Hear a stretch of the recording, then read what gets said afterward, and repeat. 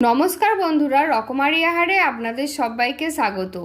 আজকে আবারও একটি চিকেনের চটজলদি রেসিপি আপনাদের সাথে শেয়ার করব।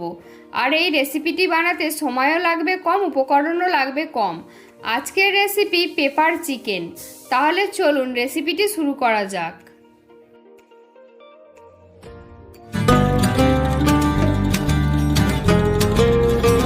প্রথমেই নিয়ে নিয়েছি চিকেন এবার আমি ম্যারিনেট করে নেব। তার জন্য দিয়ে দিচ্ছি টক দই আমি এখানে 6 চামচ ব্যবহার করছি। আদা রসুনের পেস্ট আমি এখানে 2 চামচ ব্যবহার করছি।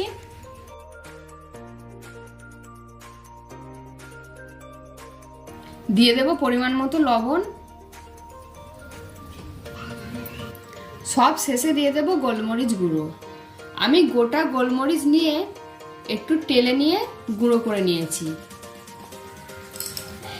হাতের সাহায্যে খুব ভালোভাবে মাখিয়ে নেব। খুব ভালোভাবে মাখানো হয়ে গেছে। 20 মিনিটের জন্য ঢাকা দিয়ে রেখে দেব। 20 মিনিট পর ফিরে এলাম।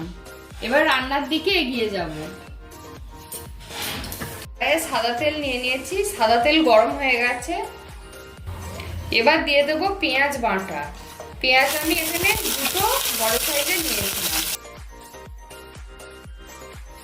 পেঁয়াজ আমি মিনিট 5 সময় ধরে একটু ভেজে নেব।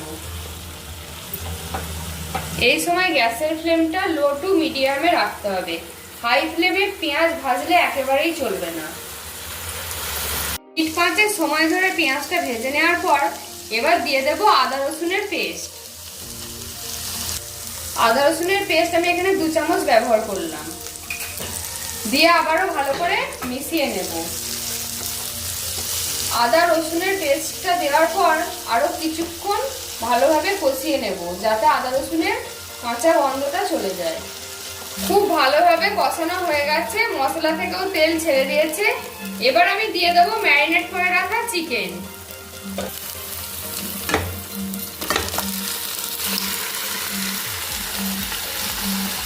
এই সময় গ্যাসের ফ্লেমটা হাইতে দিয়ে চিকেনটা মিনিট 5 সময় ধরে কষিয়ে নেব।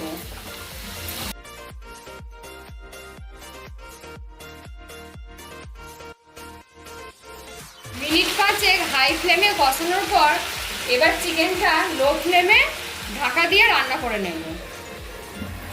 মিনিট 7 পর ঢাকাটা খুলে এবার দেখে নেব। দেখুন কতটা পরিমাণে জল বেরিয়েছে। ভালো করে নেড়েচেড়ে মিশিয়ে নেব। আবারও ঢাকা দিয়ে লো ফ্লেমে রান্না হতে দেব। ঢাকাটা খুলে দেখে নেব। দেখুন কতটা পরিমাণে আবারও জল বেরিয়েছে। এই সময় দিয়ে দেব 1 চামচ গোলমরিচের গুঁড়ো। ম্যারিনেটের সময় আমি গোলমরিচের গুঁড়ো ব্যবহার করেছিলাম। এটা যেহেতু পেপার চিকেন, তাই গোলমরিচ গুঁড়ো দিয়ে পুরো রান্নাটা করছি। এখানে কোনো লঙ্কা বা লঙ্কা গুঁড়ো ব্যবহার আমি করব না।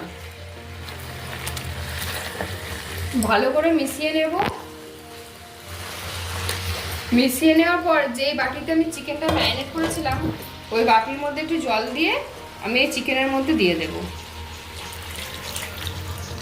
চিকেনটা যাতে খুব ভালোভাবে সিদ্ধ হয়। গ্যাসের ফ্লেমটা লো টু মিডিয়ামে রেখে দেব। ঢাকা দিয়ে দেব।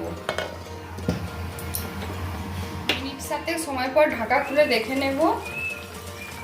আমাদের পেপার চিকেন একদম রেডি। এই সময় লবণটা একটু চেক করে নিয়েছি। লবণের প্রয়োজন পড়েছে, আমি একটু দিয়ে নিচ্ছি।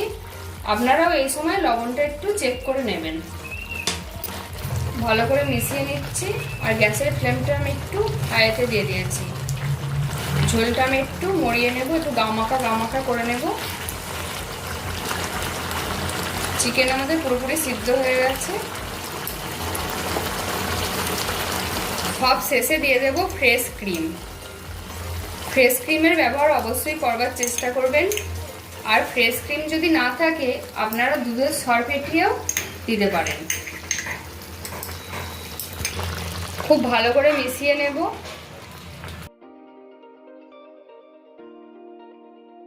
পেপার চিকেন একদম আমাদের রেডি।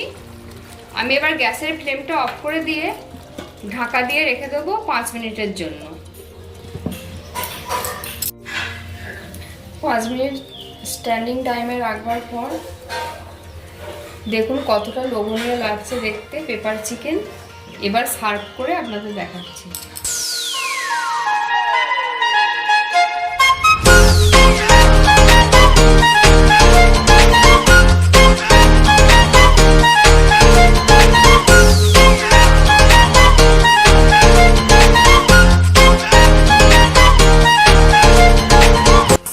আজকের আমার এই চটজলদি পেপার চিকেনের রেসিপি আপনাদের ভালো লেগেছে। আপনারা একবার হলেও বাড়িতে ট্রাই করুন এবং কমেন্ট সেকশনে জানান রেসিপিটি আপনাদের কেমন লাগলো। আর আমার চ্যানেলে নতুন বন্ধু হলে সাবস্ক্রাইব করবার অনুরোধ রইল। বন্ধুদের মধ্যে অনেক অনেক শেয়ার করবেন। ধন্যবাদ।